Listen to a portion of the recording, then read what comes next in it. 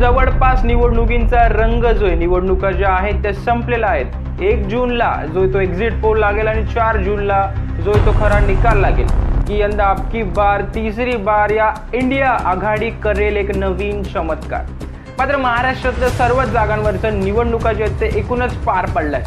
महाराष्ट्र सर्वात महत्त्वपूर्ण राज्य उत्तर प्रदेश नंतर 48 लोकसभा आणि यावेळेस महाराष्ट्राच्या आखाड्यात होते 6 प्लेयर, 2 राष्ट्रवाद्या, 2 शिवसेना, भारतीय जनता पक्ष आणि काँग्रेस पार्टी। एकूणच महाराष्ट्राचा सामना हा एकतर्फी न होता पूर्णपणे घासून झाला। काही सीटवर तर पार काटेकी टक्कर होती। सांगता येणं कठीण आहे की कोण जिंकणार आहे आणि कोणाचा पराभव होणार आहे। मात्र भाजपने एकूणच सत्तांतर घडवून आणलं आणि महाराष्ट्रामध्ये महाविकास आघाडी पायउतार झाली। त्यानंतर शिवसेना, राष्ट्रवादी असे 2 पक्ष फुटले। त्यामुळे महाराष्ट्राचा पॅटर्नच बदलला। 6 पक्ष हे राजकारणात आले आणि एकमेकांविरुद्धात लढले। मात्र आता पुढे काय? महाविकास आघाडी आणि महायुतीमध्ये कोण नेमकं कोणाला तारणार आहे? मात्र आपण या व्हिडिओमध्ये बघणार आहोत की कोणत्या मतदारसंघामध्ये कोण विजयी होऊन येते। सुरुवात करूयात पश्चिम महाराष्ट्रापासून। सांगलीचा सामना तिरंगी झाला। भाजपचे संजय काका, चंद्रहार पाटील ठाकरे गटाकडून आणि विशाल पाटील यांनी ऐन मुमेंटला काँग्रेसमधून तिकीट न मिळाल्याने अपक्ष उमेदवारी अर्ज भरला। मात्र इथला सामना हा कोण्यासाठी सोपा नव्हता। चंद्रहार पाटलांना एकेकाळी वाटलं होतं की आपण विजयी होऊ, मात्र हा सामना त्यांच्यासाठी सोपा नव्हता। संजय काकांचा सुद्धा तेच आहे। मात्र इथं संजय काका आणि विशाल पाटील यांच्यामध्ये घासून लढत झाली आहे। त्यामुळे इथं एकतर्फी पारडं कोणाचं जड दिसत नाहीये। दुसरी जागा हातकणंगलेची जागा। हातकणंगलेमध्ये सुद्धा तिरंगी सामना झाला। सत्यजित पाटील, धैर्यशील माने आणि राजू शेट्टी असा हा सामना। मात्र इथं सत्यजित पाटील आणि मशालीचं पारडं जड दिसतंय।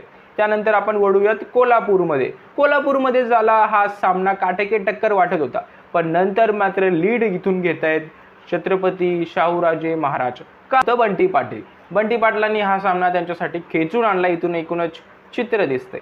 नंतरचा सामना महत्त्वपूर्ण सामना होता साताऱ्यामध्ये उदयनराजे विरोधात शशिकांत शिंदे असा सामना होता आणि इथं मात्र शरद पवारांनी हा डाव खेचलेला दिसतोय। शरद पवारांनी डाव खेचलेला दुसरा मतदारसंघ म्हणजे म्हाडा आणि शरद पवारांना पाडा असा हा स्लोगन होता सुरुवातीला काही वर्षांआधी। मात्र यावेळेस वातावरण बदललं। मोहिते पाटलांनी शरद पवार गटात धाव घेतली आणि इथं निंबाळकरांचा पराभव दिसण्याला सुरुवात होते। त्यानंतरचा सामना म्हणजे सोलापूरमध्ये प्रणिती शिंदेंचं पारडं एकूणच जड दिसतंय। त्यानंतर पुणेमध्ये मात्र बालेकिल्ला राखण्यामध्ये भारतीय जनता पक्ष हा यशस्वी होताना दिसतोय। त्याच्या बाजूला जाऊयात मावळमध्ये सामना वेगळा होता। मात्र इथं जवळपास घासून सामना झालाय आणि इथून विजय होताना दिसत आहेत श्रीरंग बारणे शिंदे शिवसेनेचे। त्यानंतरचा सामना होता शिरूरमध्ये अमोल कोल्हे यावेळेस पारडं जड आहे त्यांचं आणि आढळराव पाटलांचा पराभव सेकंड टर्ममध्ये होताना दिसतोय। त्यानंतरचा सामना